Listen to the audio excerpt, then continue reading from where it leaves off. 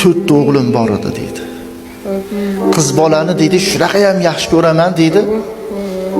Xudodan deydi, yig'lab yurib Xudodan so'radim. Xudo qiz berdi. Yo, jicha nogironlik qiz berdi deydi. O'smaydigan. Gapi yaxshi, tili yaxshi, yeb ichishi yaxshi-yu, bir og'rig'i bor, shu og'rig'i tufaylidan katta bo'lmadi deydi. 3 yasharligidan tili chiqishni boshladi. O'tirolmaydi, turolmaydi, lekin gapiradi.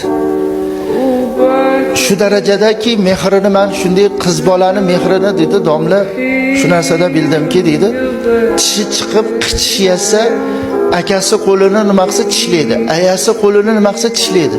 Dadasi siz ham qo'lingizni qulma qilib ko'ringchi desa, qo'limni qilsam menikini tishlamaydi dedi.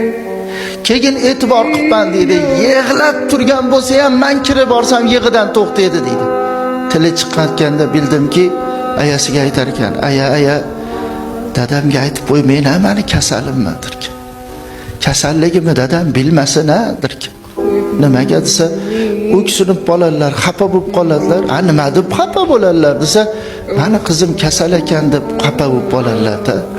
Hali tuzalaman, aya. Hali tuzalaman, aya.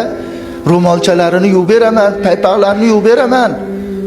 Dedi xon bo'ldi. 5 yashar bo'lganda aya ha, menga ham ovqat qilishni o'rgating dedi. O'tira olmaysiz, tura olmaysiz, yura olmaysiz-ku desa, o'rgatib qo'yavering. Nimaga desa, dadamga shirin ovqat qilib beraman. Og'riq dodolodod qilib turgan bo'lsa ham, ayasiga injiqlik qilayotgan bo'lsa ham, og'riqni qattig'idan chidolmay turgan bo'lsa ham, shunday kirsam o'zini soqqa savoladi deydi.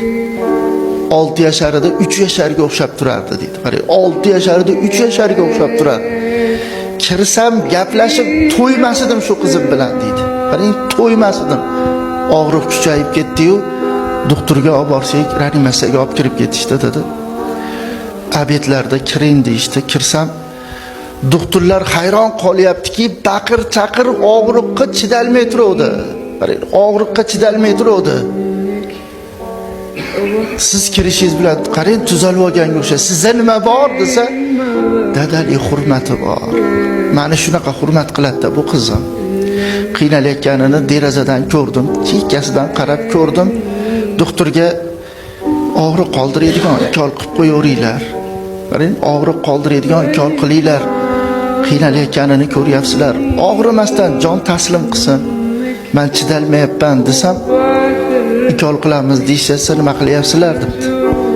Desa shunaqa og'riq qoldiradigan ukol desa, yo'q, men behush bo'lib qolaman. Otamni ko'rolmay qolaman. Qarang, otamni ko'rolmay qolaman. Og'riqqa chidayman. Ukol qilmaylar deb turib oldi deydi. Ukol qildirishni qilmadi deydi. Bir 12 kechasi kirmasangiz bo'lmaydi, oxirgi nimasi. Nimadandir bir nima qilib atrofga alang-jalang qilib turibdi, kiring deydi. Kirsam yana o'zini tetikka soldi. Qizim bo'ldi, kasalligingizni bildim. Endi uni qilib o'zingizni qiynamang desam deydi, ko'zidan shuna yosh oqyapti-da. Dada, menga sarflagan pulingizga, olib bergan ko'ynagingizga, qurchaq o'yinchag'ingizga rozi bo'ling. Men qiz bo'lib bir ro'molchangizni yoki bir paypog'ingizni yuvib bera olmadim.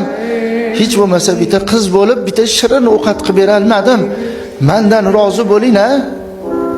Dedi, ha, men roziman qizim deb ko'zimni oqayotgan yoshda deydi, berkitib sekin teskari qarashimni bilaman. Puf degan ovoz chiqdi. O'ligini ham ko'rsatmadi domla deyapti. Qarang, o'lishini ham ko'rsatmadi qizim deydi. Ana qiz bolani mehri. Nimaga desa, otam o'ksib qolmasin. Bu o'sha ikol qilib qo'ysa, behush bo'lib qolsa, shu otamdan rozilik ololmay qolaman deb turib ikol qildirmagan ekan. Keyin bildim deb.